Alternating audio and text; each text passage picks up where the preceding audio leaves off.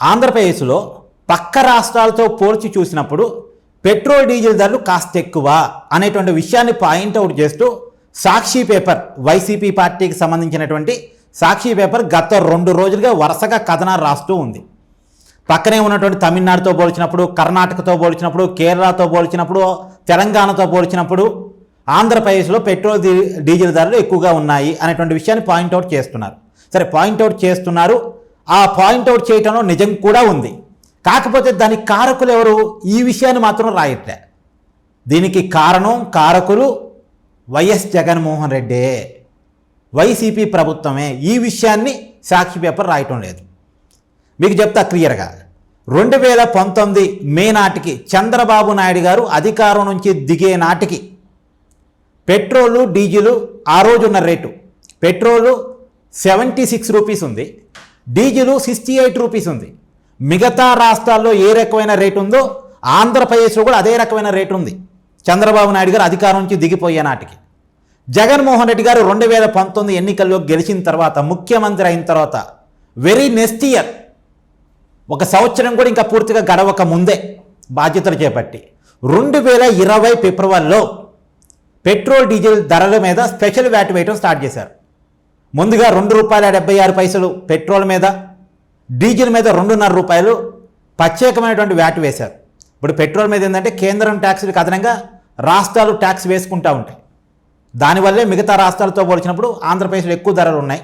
ఆ స్పెషల్ వ్యాట్లు వేసింది ఎవరు అంటే జగన్మోహన్ రెడ్డి 2020 ఫిబ్రవరి నుంచి స్టార్ట్ చేశాడు. అదే 2020 జూలైలో ఆ స్పెషల్ వ్యాట్ని ₹4 పెంచాడు. స్పెషల్ వ్యాట్ని పెట్రోల్ మీద, డీజిల్ మీద ₹4 పెంచాడు. తర్వాత మళ్ళీ జూలైలో ₹4 పెంచాడు.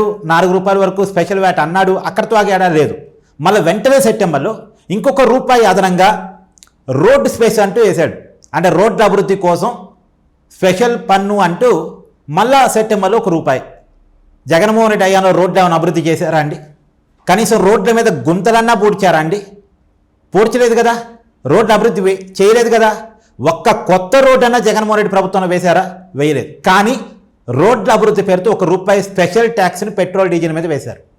ఆల్రెడీ జూలైలో ₹4, సెప్టెంబర్లో మరొక ₹1.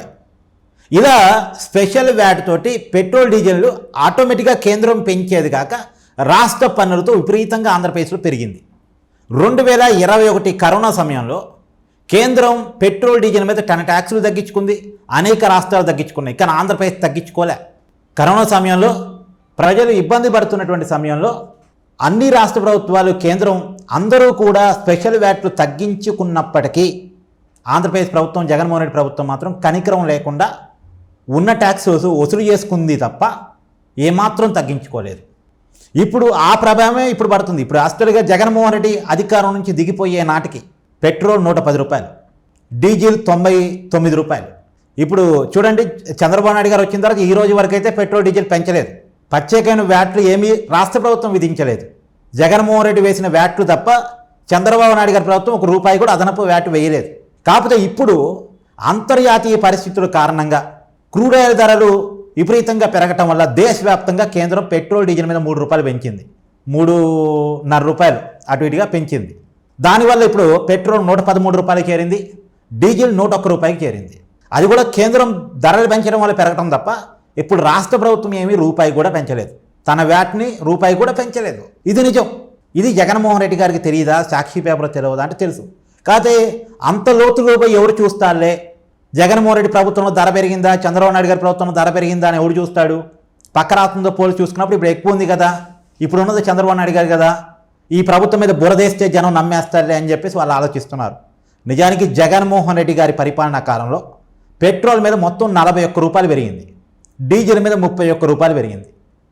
ఈ దేశంలో ఎక్కడా లేనంతగా జగన్మోహన్ రెడ్డి ప్రభుత్వంలో పెట్రోల్ డీజిల్ ధరలు పెరిగాయి. కారణం ఏంటంటే కేంద్రం పెంచేది కాక, ఆయిల్ కంపెనీలు పెంచేది కాక రాష్ట్ర ప్రభుత్వం అదనంగా వేసుకున్న వ్యాట్లు వల్ల ఆ రకంగా పెరిగింది. ఇప్పుడు కొంతమంది అనొచ్చు ఆ వ్యాట్లు మళ్ళీ తగ్గించవచ్చుగా అంటే, ఇప్పుడు ఆంధ్రప్రదేశ్కు ఉన్నటువంటి హామీలు కావచ్చు, ఇప్పుడు అమరావతి నిర్మాణం కావచ్చు, ఇప్పుడు ఆర్థిక పరమైనటువంటి ఇబ్బందితో నడుస్తున్నటువంటి ఆంధ్రప్రదేశ్ ప్రభుత్వానికి ఆదాయాన్ని తగ్గించుకోవడం అంటే కొద్ది కష్టమే. కొత్తగా ప్రజల నుంచి ముక్కుపుండి వసూలు చేయటం అంటే రాజీ పడతారు. అలా కొత్తగా అదనపు యాక్ట్ వేయడానికి ఇష్టపడరు ఇప్పుడున్న కూటమి ప్రభుత్వం. కానీ ఉన్న ఆదాయాన్ని వదులుకోవడానికి ఏ రకంగా ఇష్టపడతారు చెప్పండి? రాజీ పడే చోట రాజీ పడతారు, కొత్తగా వేయకుండా ఉంటారు. వచ్చే ఆదాయాన్ని తగ్గించుకోలేరుగా, తగ్గించుకునే పరిస్థితిలో కూడా ఆంధ్రప్రదేశ్ లేదుగా. అది జరుగుతుంది.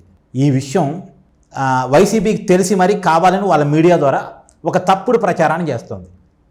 మీ అభిప్రాయాన్ని కామెంట్ చేయండి. Thank you.